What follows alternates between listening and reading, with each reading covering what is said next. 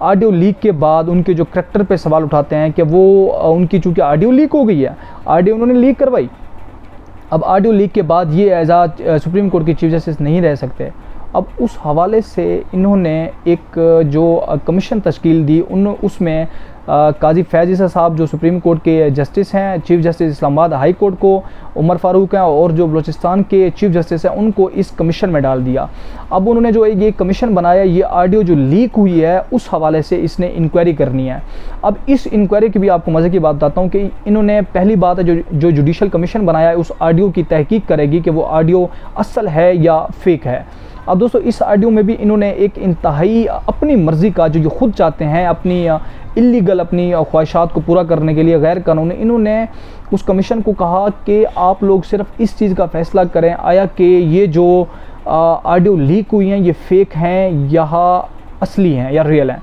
अब इन्होंने इस चीज़ का जो मेन सवाल जो मुद्दा उठता है उस चीज़ के हवाले से इन्होंने उनको अथॉरिटीज़ ही नहीं दी कि आप लोगों को ये मालूम करना चाहिए कि किसी के ऑडियो लीक करना, वीडियोज़ लीक करना आइन में एक बहुत बड़ा जुर्म समझा जाता है।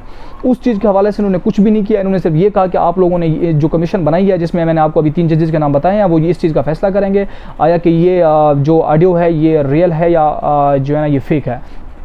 अब इस चीज़ को पता है कि सुप्रीम कोर्ट को इस हवाले से पता था कि जो जिस जजेस को या जिन 3 जजेस को इस बेंच में बिठाया गया उनका ऑलरेडी इनके बारे में कितना ये फ़ैसले दे चुके हैं, और इनको पता है कि इनको फ़ैसले की भी उम्मीद है कि किस तरह का फ़ैसला आना है। लिहाजा सुप्रीम कोर्ट ऑफ पाकिस्तान ने आज 5 रुकनी लार्जर बेंच देकर आज उसकी समाअत की। उस समाअत में इंतहाई मज़ेदार किस्म के आर्गूमेंट्स हुए, क्योंकि जो इलेक्शन कमीशन या फिर जो भी वकला हैं इनकी जानिब से आते हैं या अटॉर्नी जनरल हैं जो इस्लामाबाद में या फेडरल गवर्नमेंट को रिप्रेजेंट करती है, उनके पास कोई दलाइल नहीं होते। वो सिर्फ आके आएँ बाएँ शाएँ की बातें करके वहाँ से चले जाते हैं रोस्टम से। सुप्रीम कोर्ट बारहा कहती है अगर आपके पास कोई जजमेंट्स हैं, दलाइल हैं, उस हवाले से बात करें, इधर उधर की बात मत करें, सुप्रीम कोर्ट का टाइम ज़ाया मत करें। सुप्रीम कोर्ट के पास ऑलरेडी काफ़ी सारे केसेस लगे हुए होते हैं। पॉलिटिकल हाइप की वजह से हमें उन केसेस को रोक कर इन तमाम केसेस को सुनना पड़ता है। उसके बावजूद आज जो सुप्रीम कोर्ट में जुडिशल कमीशन के हवाले से जो आर्गूमेंट्स हुए हैं मैं आपको उसी का बता देता हूँ। आज अटॉर्नी जनरल साहब आते हैं और आते ही अपने दलाइल शुरू करते हैं। वो दलाइल बिल्कुल बेतुके से, उनमें कोई रीज़नेबल जो दलाइल हैं वो नहीं थे। ऑडियो लीक के हवाले से सुप्रीम कोर्ट ने आके पूछा जी अटॉर्नी जनरल साहब आप दलाइल शुरू कर रहे हैं अपने, उन्होंने दलाइल शुरू किए कि आप नहीं हो सकते। उसमें आते उसने ये कह दिया कि आप इस बेंच से अलग हो जाएं।